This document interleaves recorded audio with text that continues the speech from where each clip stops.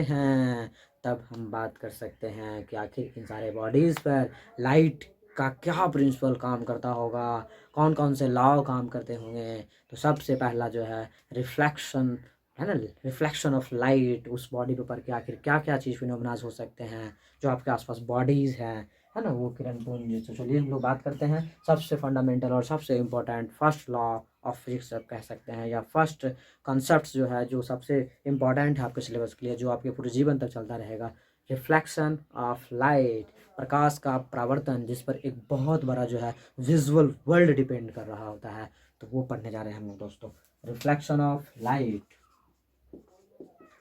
Reflection,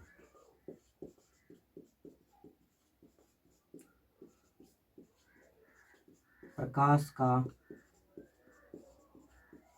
परावर्तन, ये क्या हो रहा होता है, इस बात को मैं समझाता हूँ। किसकी बातें कर रहा हूँ बच्चों? प्रकाश के परावर्तन की बातें कर रहा हूँ।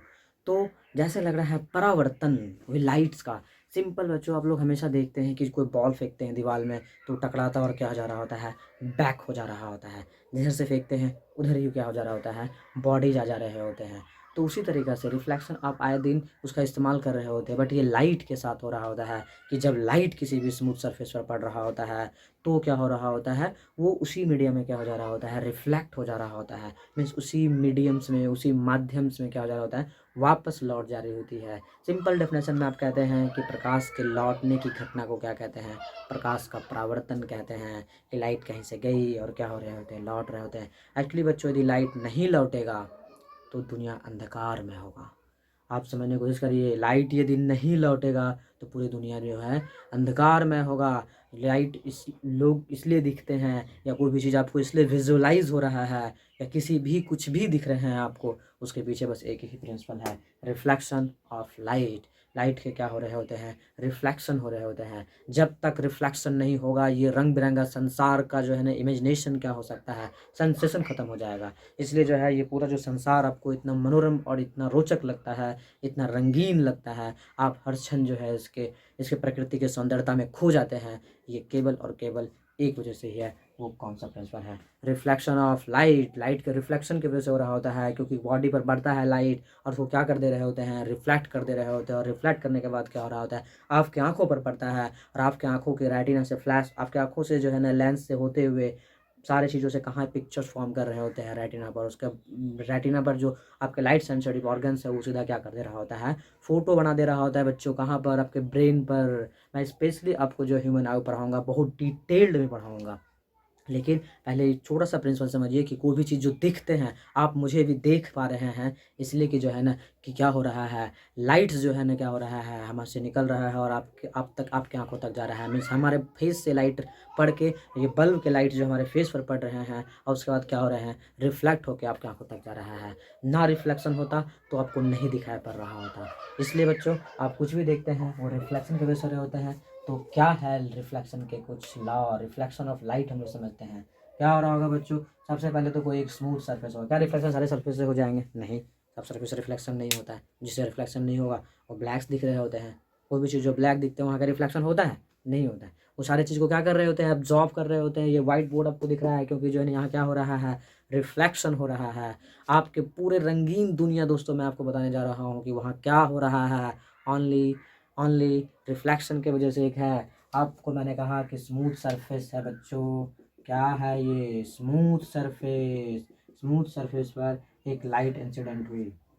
अच्छा, जब लाइट इंसिडेंट होगी तो आने वाले लाइट को क्या बोलेंगे, इंसिडेंट रे। आने वाले को क्या बोलते हैं, इंसिडेंट रे। अरे कैसा रे बोलते हैं, इंसिडेंट रे बोलते हैं। मीन्स आपतित, आपतित, आपतित हुए हैं आप। अरे क्या हुए हैं, आपतित किरण है ये। कैसा किरण, अरे कैसा किरण, मैं तो आपको बोलने भूल ही गया कि पूरे ऑप्टिक्स में एक ही लोगों का पीछा होता है। वो कौन है बच्चों, किरण। आपके बैच वाली किरण नहीं, ये प्रकाश वाली किरण की बातें हैं। आप केवल किस किरण की को समझेंगे, इस किरण को जो बच्चा रे को कॉपी करेगा। 12th वाले बच्चों को मैं एक ही समझा रहा होता हूँ कि आपका हार्डकोर कॉन्सेप्ट क्या है, आपको किसका पीछा करना है, किरण का पीछा करना है। मीन्स रे का पीछा करना है। जैसे आप रे को पीछा करेंगे, आपके कॉन्सेप्ट पूरे के पूरे क्या हो जाएंगे, क्लियर हो जाएंगे। तो मैंने क्या किया, रे आया।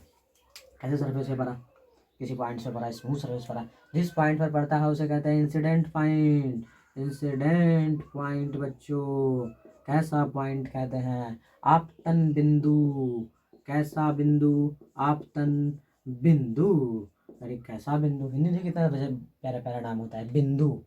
ठीक है, आपतित किरण। लेकिन क्या होगा बच्चों, ऐसे ही रहेगा क्या, बाहर निकल जाएगा? नहीं। क्या दर्पण के आने की वजह से, किसके आने की वजह से, किरण के जीवन में क्या होगा, परिवर्तन होगा। दर्पण आ गया, ये किरण चाहती थी मैं ऐसे जाऊं, लेकिन दर्पण के आने की वजह से, किसके आने की वजह से, उसके जीवन में दर्पण के आने की वजह से, किसी के आने की वजह से उसके जीवन में क्या हो गया, परिवर्तन हो गया और अपने पाथ से विचलित हो गई। अपने पाथ से क्या हो गई, विचलित हो गई। तो जो विचलित हो गई, जो इस दिशा में लौट गई, उसको कहते हैं रिफ्लेक्टेड रे। रिफ्लेक्टेड रे, परावर्तित किरण।